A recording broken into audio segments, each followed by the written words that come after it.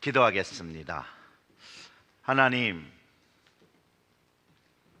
이 말씀 듣는 시간을 성령으로 우리의 마음을 조명하여 주셔서 하나님의 말씀이 새겨지고 그 말씀을 인하여 성령의 충만을 경험하여 살아 역사하시는 하나님의 그 생명의 말씀을 인하여 우리의 삶과 우리의 가정과 또 우리의 커뮤니티가 거듭나고 변화되어질 수 있도록 하나님 말씀 듣는 시간에 성령의 기름을 부어주시고 이 시간 깨닫는 은혜를 허락하여 주시옵소서. 이 모든 말씀 우리 구주 예수님의 이름으로 기도드렸습니다. 아멘. 아멘.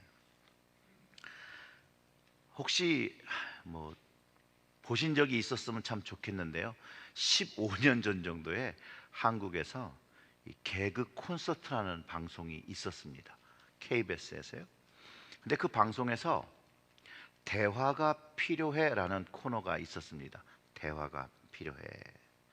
근데 그 내용이 뭐냐면 아버지하고 엄마하고 아들하고 이야기하는 거를 담고 있는데 그 대화의 내용을 통해서 이제 웃음을 주기도 하고 또 이렇게 티칭 모먼트를 갖기도 합니다.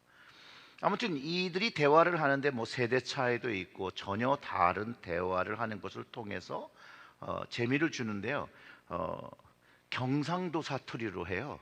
경상도 사투리로 하는데 그걸 코미디화한 겁니다. 제가 조금 경상도 사투리를 좀 사용해 보려니까요. 이해해 주시기 바랍니다. 아들이 엄마한테 질문합니다. 엄마, 요즘 와 일이 힘이 없어 보이나? 맞나요? 그리고 엄마가 아이 모르겠다. 이유 없이 짜증나고 우울하고 그러네. 아빠가 그 다음에 이렇게 얘기합니다. 와, 거울 봤나? 또 아내가 질문을 합니다. 요즘 와 당신 집에 일찍 들어오지도 않고 새벽에만 들어오는데 들리는 소문에 밤에 여자랑 남자랑 막 다닌다는 소문이 있다? 남편이 이렇게 대답합니다. 니 나 야간 택시 모는 거 몰랐나? 이런 내용이에요. 대화가 끊임없이 이런 내용으로 되어지는데 거기에는 매너가 있어야 되는 말에 대한 기본을 이야기하고 있고요. 또 그 사람의 말을 잘 들어야 할 수 있다는 것을 희화화한 거죠. 대화는요, 양쪽의 말을 다 듣고 이해하고 받아들일 때 가능한 것입니다. 한쪽이 자신의 생각만을 말하거나 마지못해 하는 대화는 친분이 있고 없고를 떠나서 깊은 관계성을 만들지 못한다는 것이죠.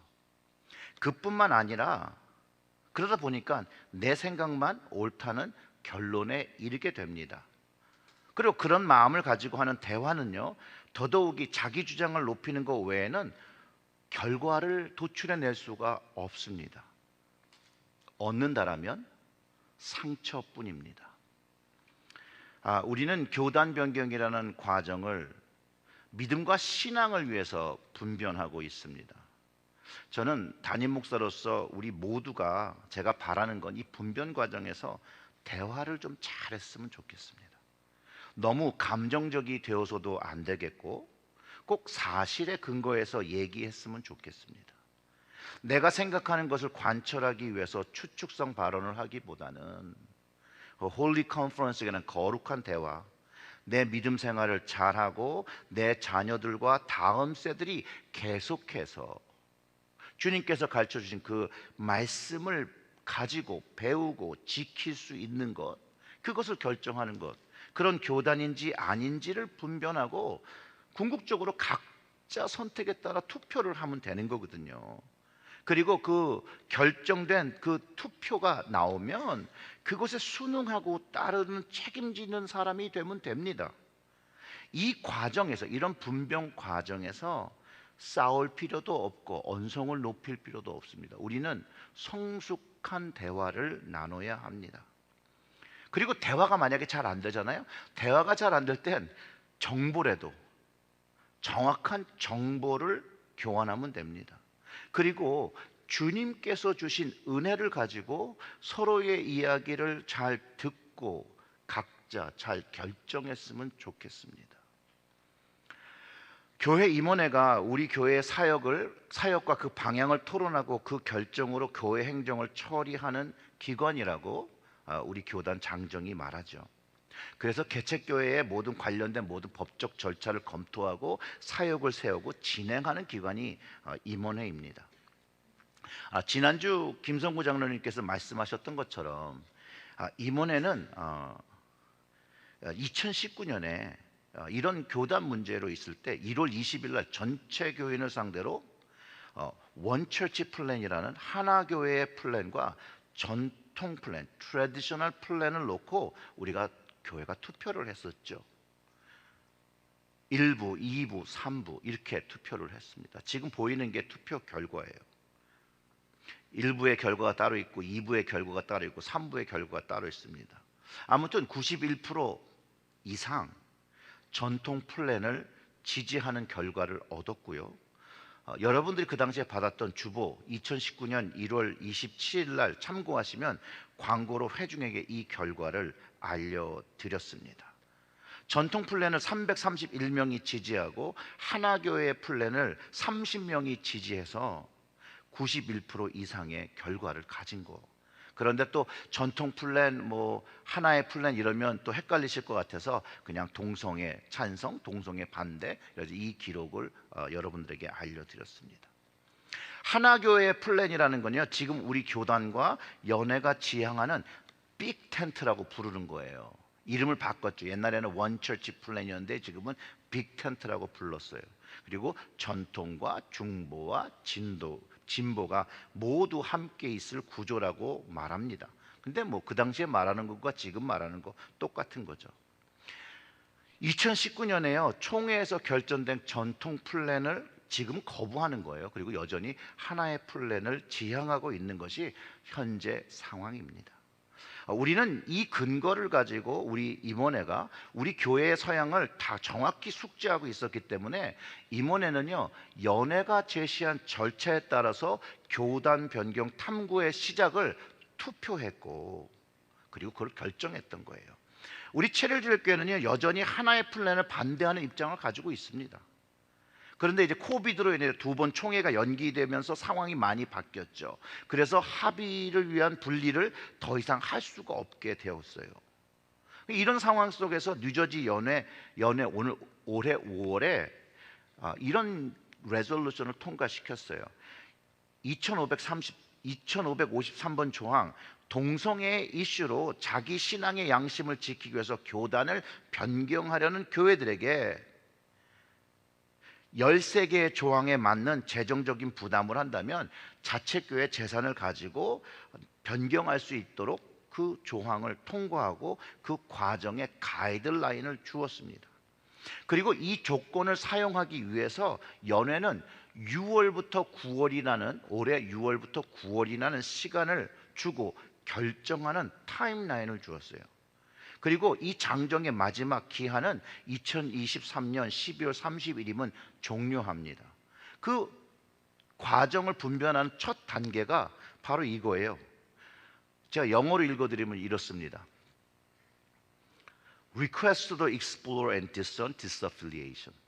A congregation church council votes to explore and discern disaffiliation. And the pastor notifies the district superintendent of desire to engage in the disaffiliation process. Timeline, June through September 2022. 즉, 연회가 준 가이드라인을 이해하면 교회 임원회가 교단 변경을 탐구하고 분별할 투표해서 그 결과를 목회자는 감리사님께 교회 변경 절차를 알리게 되어 있었습니다. 우리 연회에서 요구하는 건 그 절차, 그 프로세스를 지금 따르고 있는 거예요.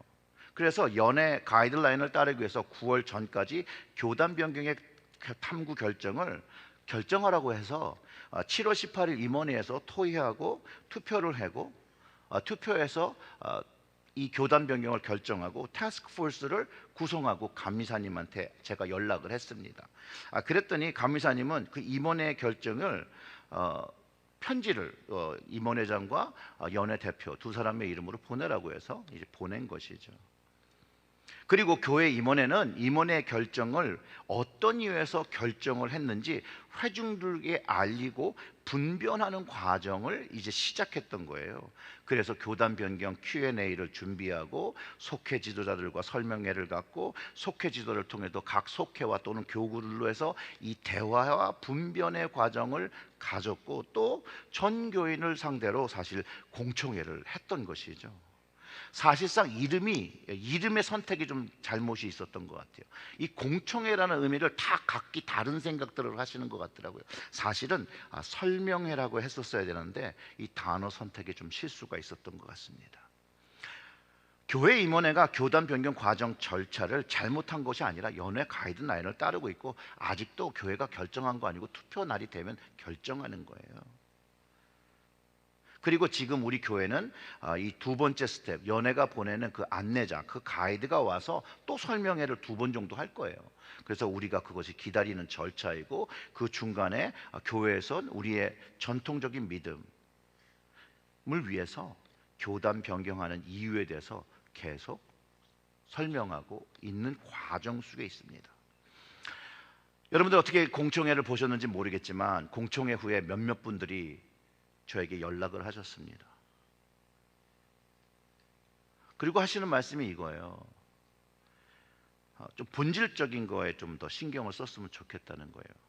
왜냐하면 자꾸 재정적인 얘기하는 거에 굉장히 좀 불편하신 분들이 많았던 것 같아요. 근데 어떻게 전화가 오셨냐?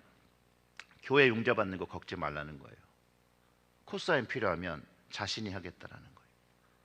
어떤 분은 본인이 특별 헌금을 하시겠다는 거예요. 어떤 분들은 교회 융자가 안 나오면 몇몇 사람들이랑 본인들이 뭉쳐서 다른 교인들이 걱정하시지 않게 개인으로도 융자를 받아서 교회가 사용하실 수 있도록 돕겠다는 여러분들이 연락이 왔다라는 거죠. 사랑하는 성도 여러분, 얼마의 액수를 내고 안 내고 따라서 신앙의 양심을 결정하면 안 됩니다. 또한 그 돈의 액수에 따라서 이게 바뀌고 흔들린다는 건 말이 안 되는 것이죠. 그럼에도 불구하고 각자의 신앙의 양심에 따라 믿음으로 결정하고 자신의 거를 투표하면 됩니다. 이것을 위해서 우리는 본질적인 믿음의 결정을 하기 위해서 우리는 더 기도하고 더 은혜스러운 대화를 해야 한다는 거예요. 이 과정을 우리는 아직 오래 해야 합니다. 그래서 이 과정 동안 제가 부탁드리고 싶은 건 우리 체리힐교회 성도님들 모두는요 기도하셨으면 좋겠어요. 그리고 주님의 은혜를 구하고 주님께서 이끄시는 그 길을 걸어가겠다라고 기도하시고 저도 역시 이 자리에서 매일 새벽 기도 때마다 기도하고 있습니다. 오늘 우리가 읽은 말씀은요 주님께서 우리에게 대화를 요청하는 거예요. 주님께서 베푸신 은혜를 누리기 원한다라고 대화를 하고 계신 거예요. 오늘 말씀을 나누면서 예수 그리스도의 넘치는 은혜를 경험하면서 그 은혜로 우리 서로를 좀 더 이해하며 성숙한 대화를 좀 나누기를 바랍니다. 여러분 예수님이 오셔서 우리에게 무엇을 가르쳐 주셨습니까? 많은 것을 가르쳐 주셨지만 그 중에 가장 중요한 거 마태복음 7장 9절부터 11절의 말씀이라고 저는 생각하는데요. 이게 왜 그러냐면 이 마태복음 7장 9절부터 11절을 통해서 하늘에 계신 아버지 그리고 사람들의 관계가 무엇인지를 가르쳐주고 있다는 거예요. 너희 중에 누가 아들이 떡을 달라 하는데 돌을 주며 생선을 달라 하는데 뱀을 줄 사람이 있겠느냐? 너희가 악한 자라도 좋은 것으로 자식에게 줄 알거든. 하물며 하늘에 계신 너희 아버지께서 구하는 자에게 좋은 것으로 주시지 않겠느냐? 라고 하면서 하나님 아버지의 돌봄과 사랑과 응답에 대해서 가르쳐 주셨다라는 거예요. 맞습니다, 여러분. 인간의 악한 부모도요, 자녀에게 선한 것을 베푸시는 사랑이 있잖아요.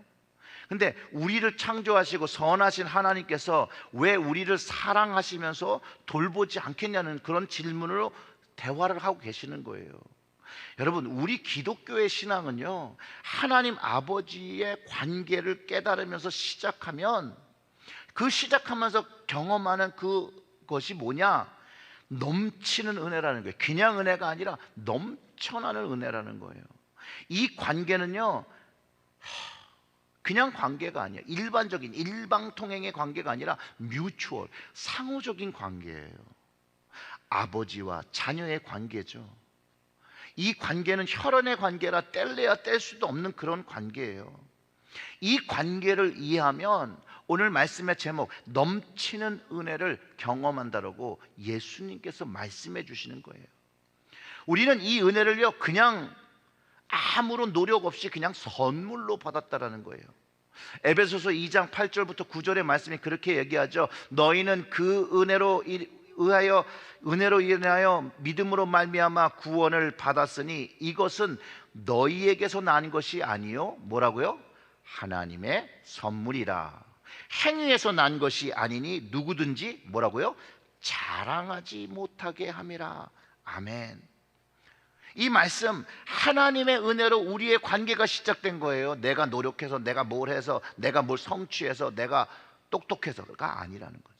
하나님의 은혜로, 그저 예수님을 고백하는 믿음으로 구원을 선물로 받았다라는 거예요. 하나님이 우리의 죄를 보지 아니하시고 예수님을 믿는 믿음 안에서 우리를 자녀로 인정해 주시고 받아주실 뿐만 아니라 그 이전에 이미 사랑하셨다라는 거예요. 그것을 바울이 이 은혜, 넘치는 은혜라고 고백하고 있고, 그것을 친히 경험했고 거듭난 그리스도인들이 동일하게 경험하는 것이라고 말해주고 있다라는 것이에요.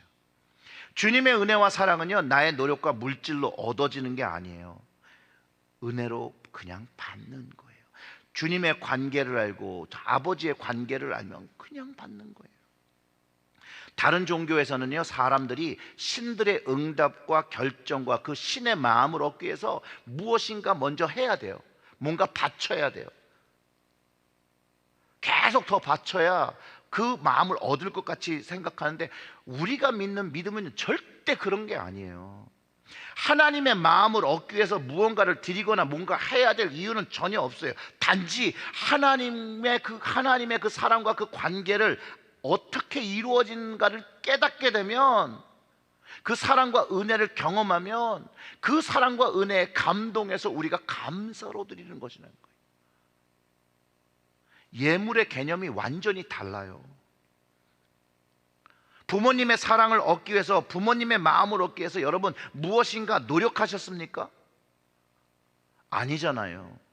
그 사랑의 관계를 알면 부모님이기 때문에 사랑하게 되고 존중하게 되고 존경하게 되고, 부모님은 내 새끼이기 때문에 그냥 사랑하는 것이죠. 그런데 만약에 이 관계를 이해하지 못하면, 그 사랑을 깨닫지 못하면, 부모님이 베풀어 주신 은혜를 이해하지 못하면 어느 순간에 그런 생각을 하기 시작하는 거예요. 다리 밑에서 주워왔나? 계모인가? 계부인가? 의심하게 되면서 좋은 관계를 유지하게 되지 못합니다. 연인의 사랑도 마찬가지죠. 상대방의 사랑을 확인하면서 그 사랑이 깊어진다라는 거예요. 하나님의 사랑도, 이 아버지의 사랑도 그 사랑을 확인하면서, 예수님의 사랑이, 나를 향한 사랑이 확인되어지면 그 사랑에 감동하여 사랑하게 된다는 거예요. 나를 사랑해서 십자가를 지시고 생명을 바치신 그 사랑을 아는 순간부터 그 주님을 사랑하지 않을 수 없게 된다는, 그걸 얘기하고, 그 사랑을 경험하면 내 안에서 넘쳐나는 은혜를 경험하게 된다는 것이죠. 그리고 그 사랑이요, 그 다음부터는 주님과 대화함으로 깊어지는 거예요. 그래서 우리가 기도하잖아요. 그래서 우리가 성경의 말씀을 보잖아요. 거기에 구구절절 주님의 사랑이 담겨 있고 하나님 아버지의 사랑이 담겨 있고 하나님의 은혜가 담겨 있는 거잖아요. 그리고 기도하면 그 하나님의 사랑과 주님의 은혜가 성령님을 통해서 컨퍼밍이 되잖아요. 나를 이렇게 사랑하셨구나. 오늘 본문을 보면요, 바울이 그렇게 하나님 앞에 좋은 사람이 아니잖아요. 그 13절의 말씀을 보면 이렇습니다. 내가 전에는 비방자요 박해자요 폭행자였으나 도리어 긍휼을 입은 것은 내가 믿지 아니할 때에 알지 못하고 행하였음이라. 이렇게 고백해요. 이미 하나님의 사랑은 내가 잘못되어 있을 때도 하나님을 여전히 사랑하고 있었다라고 나중에 깨닫고 알았다는 얘기를 하잖아요. 15절도 그렇게 얘기하잖아요. 미쁘다 모든 사람이 받을 만한 이 말이여 그리스도 예수께서 죄인을 구원하시려고 세상에 임하셨다 하였도다. 죄인 중에 내가 괴순이라. 죄인 중에 본인이 괴수래요. 그런데 어떻게 하나님의 자비를 얻고 은혜를 얻을 수 있었겠어요? 그냥 은혜로 선물로 받았다라는 거예요. 우리도 이 구원의 사랑을, 이 구원의 은혜를 그냥 받은 사람들이라는 거예요. 그리고 하나님을 아버지라고 부를 수 있는 사람들이 되었다라는 거예요. 실제적으로 우리가 아는 사도 바울은요, 그 현실 세계에서 학자 중에 학자였고요, 바리새인 중에 가장 뛰어난 바리새인이었고, 그 가문적으로 얘기하면 그 출중한 가문에 태어난 사람이었어요. 근데 이분이 예수님을 알게 되고 참 하나님을 알게 되니 그 이전의 행동과 생활이 하나님을 알지 못했고 믿음도 없었다라고 고백하는 거예요. 유대인이었어요. 철저하게 유대인 생활을 하신 이 양반이 자기는 하나님을 알지 못했다는 걸 잘 몰랐다는 거예요. 최고의 유대인이었고 엘리트였던 그가 주님을 만나고 이 넘치는 은혜를 경험하니까 자기 자신을 괴수 중에 괴수라고 표현하고 고백하고 예수님 안에 있는 이 은혜를 이해하기 시작하면서 이전에 알던 이 모든 것들을 뭘로 여겼다 그러죠? 배설물로 여겼다는 거예요. 배설물. 똥으로 여겼다는 거죠. 똥으로. 예수님을 만나 이전의 삶, 그때는요 최고의 바리새인이 돼서 충성을 했어요. 최고의 유대인을 되기 위해서 그는 그 스스로가 하나님을 위해서 한다고 생각했고 하나님의 마음을 얻기 위해서 부단히 노력했던 사람이에요. 사람을 죽일지라도, 사람을 죽여서라도. 근데 그가 예수님을 만나고 은혜를 경험하니 이 하나님의 사랑은 노력해서 얻는 것이 아니라 그냥 있었던 것, 하나님이 이미 사랑하신 것을 내가 알므로 인해서 은혜의 풍성한 그 사랑을 얻는 것이라고 이야기하기 시작하는 거예요. 그래서 로마서에서 하나님을 뭐라고 얘기하죠? 아빠, 아버지로 부를 수 있는 이유가 양자의 영, 로마서 8장 15절의 말씀에 그렇게 얘기하죠. 너희는 다시 무소하는 종의 영을 받지 아니하고 양자의 영을 받았으므로 우리가 아빠, 아버지라 부르짖느니라. 성령 하나님을 통해서, 성령으로 통해서 하나님을 아빠, 아버지라고 부르게 된다는 거예요. 사실 유대인의 그 관습이나 기도문에서는요 하나님을 아버지라고 부를 수 있도록 사용된 적이 한 번도 없어요. 예수님이 오신 이후부터 가르쳐진 거예요. 예수님께서 하나님이 아버지인 것을 가르쳐주고 이 아버지와 대화할 것을 가르쳐 주신 거예요. 그리고 그 아버지와 친밀한 관계를 가져야 한다는 것을 말해주고 있고 그 아버지와 관계를 친밀하게 가지면서 우리에게도 동일한 대화를 요구하신다는 거예요. 주님과 친밀한 대화, 하나님 아버지와 친밀한 대화를 요구하신다는 거예요. 그것을 성령으로 바울에게 깨닫게 말씀해 주신 것이에요. 그래서 바울이요 디모데전서 1장 12절에서 이렇게 얘기합니다. 나를 능하게 하신 그리스도 예수 우리 주께 내가 감사함은 나를 충성되이 여겨 내게 직분을 맡기심이니. 그렇게 얘기해요. 그가 감사하는 것은 주님께서 능력을 주시고, 즉 하나님의 자녀되는 권세를 주시고 기회를 주셨고 그를 믿어주셔서 이제 그리스도를 전하는 이 직분을 주셨다라고 감사하고 있다라는 거예요. 넘치는 은혜를 받은 사람 모두가 주님을 증거하고 복음을 증거해야 될 직분을 다 가지고 있다라는 거예요. 자신의 고백처럼 자신이 이전에 회방자요 핍박자고 포행자였는데 도리어 긍휼롭고 넘치는 은혜를 받았는데도 불구하고 하나님께서 그에게 하나님의 사역을 맡겨주셨다라고 얘기하는 것이죠. 그 직분을 받았다라고 말하고 있다라는 거예요. 오늘 이 말씀을 통해서 우리 스스로를 질문해 봐야겠죠.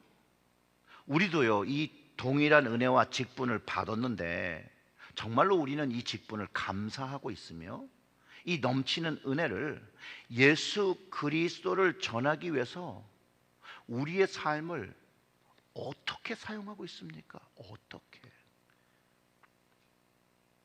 어떻게 사용하고 계십니까? 사용하셔야 한다라는 거죠. 사용하셔야 한다는 거. 오래전에 미국 뉴올리언스에 이제 노예가 있을 때 얘기입니다. 노예 시장이 있었는데요. 2명의 모카바 주인이 아주 그 반항적인 음성으로 소리를 지르고 있는 흑인 노예들을 노예 시장에 경매를 하고 있었다고 합니다.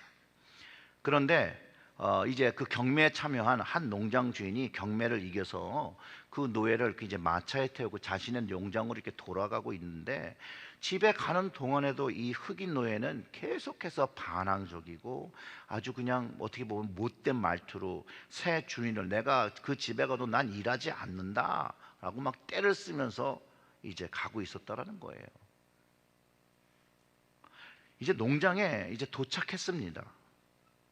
근데 이제 그 주인이요, 새로 산 노예의 손에 묶인 그 사슬을 풀어주면서 이렇게 이야기했다고 합니다. 당신은 이제 자유요. 당신은 더 이상 노예가 아니요. 나는 당신에게 자유를 주기 위해서 비싼 값을 치르고 당신을 사온 것이요. 이렇게 얘기했다고 합니다. 이 전에 내려놓은 이야기를 통하면 이 흑인 노예가 그 순간 농장 주인 발 앞에 엎드려서 이렇게 말했다고 합니다. 주인님, 나는 당신의 명령을 순종하며 영원토록 당신을 섬기겠습니다. 사랑하는 성도 여러분, 그리스도인인 우리 역시 바울이 경험한 넘치는 은혜, 조건 없는 은혜를 얻었습니다. 예수님을 통해서 동일한 은혜, 그 넘치는 은혜를 받았습니다. 그것을 통해서 하나님이 아버지 되심을 알았습니다. 사망과 죽음에서 영적 자유와 생명을 얻었습니다. 이제 하나님 아버지의 unlimited support와 그 grace와 love를, 그 무한한 은혜와 사랑을 입으며 살아가고 있다는 거예요. 그리고 이 하나님의 은혜와 사랑이요, 여러분, 무한 리필이라는 거예요. 무한 리필. 이 은혜는 풍성하고요, 계속해서 넘쳐나는 거예요. 이 하나님의 은혜를 경험한 다윗은 뭐라고 고백했죠? 시편 23편에서 내 잔이 넘치나이다. 내 잔이 넘치. 하나님 때문에 이 잔이 넘치는 거잖아요. 여러분, 정말로 정직하게 대답하여 여러분들은 하나님을 아심으로 인해서 여러분의 잔이 넘치십니까? 그 하나님의 은혜가 넘치는 은혜로 가지고 있습니까? 그것을 가져야 합니다. 우리 모두 이 넘치는 은혜 안에서 성장해야 되는 것입니다. 하나님의 사랑을 얻기 위해서 노력하는 것이 아니라 하나님의 사랑을 깨달아 경험하여 하나님 아버지를 전심으로 사랑해야 되는 것입니다. 하나님 아버지를 사랑하고 섬기며 경외할 때 하나님의 영이 우리와 함께하며 우리를 견고한 믿음의 자녀로 성장하게 돕는다라는 것이에요. 이 넘치는 은혜를 가지고 우리 체리힐교회 성도님들이 함께 신앙생활하고 대화하고 함께 성장하고 함께 사역하고 함께 전도하고 함께 선교하며 살아간다면 우리 하나님 아버지가 기뻐하지 아니하실까요, 여러분? 우리가 하나님 아버지를 기쁘게 하는 것이 우리가 하나님께 마땅히 드려야 할 예배이며 경배 아닙니까? 사랑하는 성도 여러분, 하나님 아버지 예수님을요 온전히 의지하시고요, 그리고 넘치는 은혜와 사랑을 경험함으로 우리 서로에게도 넘치는 은혜와 사랑으로 대하고 체리힐교회를 진리의 말씀으로 세워가기를 주님의 이름으로 축원합니다. 우리 기도하겠습니다. 하나님 아버지, 오늘의 말씀, 하나님께서 이미 우리가 죄인 되었을 때도 우리를 사랑하셨고 넘치는 은혜를 보여주셨는데, 우리가 그 하나님을 바라보지 못하고 알지 못하고 깨닫지 못해서 그 풍성한 은혜와 그 넘치는 은혜를 경험하지 못했음을 다시 한번 고백합니다. 하나님 아버지의 사랑을 다시 한번 마음에 새깁니다. 십자가에서 그 독생자 아들을 죽이시기까지 우리를 사랑하신 그 사랑을 다시 한번 경험하며, 정말로 그 노예가 그 주인에게 엎드려서 고백했던 것처럼 하나님 아버지, 아버지의 사랑으로 우리가 하나님을 위하여 평생, 주님 보시는 그날 그때까지 영원히 하나님만을 왕으로 섬기며 순종하며 살아가기를 결단합니다. 성령님께서 우리의 결단을 도와주시옵고 이끌어 주시옵소서. 이 모든 말씀 우리 구주 예수님의 이름으로 기도드렸습니다. 아멘.